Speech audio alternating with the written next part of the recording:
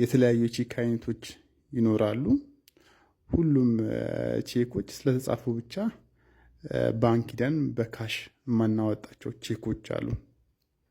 እነሱ ቼኮች ክሮስድ ቼክ ይባላሉ ማለት ነው። ክሮስድ ቼክ ማለት ከቼኩ አናት ላይ ፓራላል ላይን ሲሰመርበት ክሮስድ ቼክ ይባላል። ይህም እነዛ ሁለት መስመሮች የሚያመለክቱት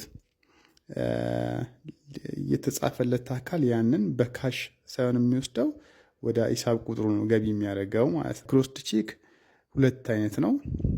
ጄኔራል ክሮስድ እና ስፔሻል ክሮስድ ቼክ የሚባል አለ። ጄኔራል ክሮስድ ቼክ የምንለውን ለሌላ ሰው ኢንዶርስ ማድረግ እንችላለን፣ ማስተላለፍ። ሌላው ደግሞ ቼክ ፖስት ዴት ቼክ እና ስቲል ዴት ቼክ የሚባሉ አሉ ማለት ነው። ፖስት ዴት ቼክ ማለት ቀኑ ያልደረሰ ቼክ ማለት ነው። ለምሳሌ ዛሬ ላይ ሆኖ ለዛሬ ሳምንት ቼኩን ቢጽፍልን ይህ ፖስት ዴት ቼክ እንለዋለን ማለት ነው። ማለት ቀኑ ያልደረሰ ቼክ።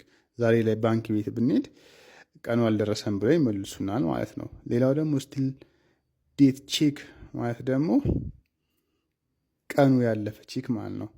አንድ ቼክ ዋጋ ሊኖረው የሚችለው ከተጻፈበት ቀን ጀምሮ ለ6 ወራት ያክል ብቻ ነው። ስለዚህ ቼክን በአግባቡ ባለመጠቀማችን የሚመጡ ቅጣቶችን እናያለን ማለት ነው። አብዛኛውን ጊዜ በቂ ስንቅ የሌለው ቼክ ተጽፎ ሊሰጠን ይችላል። ስለዚህ ባንክ ስንሄድ በቂ ባላንስ የለውም ስንባል ወደ ቤት መመለስ የለብንም ማለት ነው። መክሰስ ይቻላል ማለት ነው። ስለዚህ እዚህ ላይ አንድ ድርጅት ወይም ግለሰብ በቂ የሌለው ቼክ ከጻፈ ለመጀመሪያ ጊዜ ከሆነ ያንን የጻፈው የመጀመሪያ ማስጠንቀቂያ ደብዳቤ ይጻፍለትና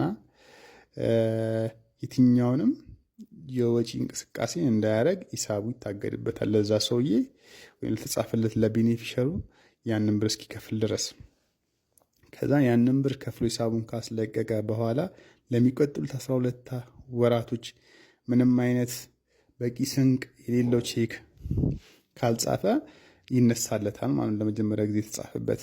ግን በዛ 12 ወር ውስጥ ለሁለተኛ ጊዜ በቂ ስንቅ የሌለው ቼክ ከጻፈ ለሁለተኛ ጊዜ ማስጠንቀቂያ ይጻፍለታል። የትኛውም የወጪ እንቅስቃሴዎች እንዳያደርግ ሂሳቡ ይታገዳል።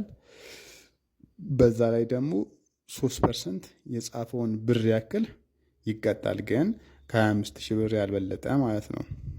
ይህንን ከተቀጣና ለቤኔፊሸሩ ከከፈለ ከዛም በመቀጠልም ለሚቀጥሉት 24 ወራት ምንም ኢንሰፊሸንት ቼክ ካልጻፈ የተጻፈበት ሪከርዱ ይነሳለታል ማለት ነው። ለሶስተኛ ጊዜ ግን በቂ ስንቅ የሌለው ቼክ ከጻፈ ሙሉ ለሙሉ ሂሳቡ ይታገዳል፣ ይዘጋል። በየትኛውም ባንክ ሂሳብ እንዳይከፍት ይደረጋል።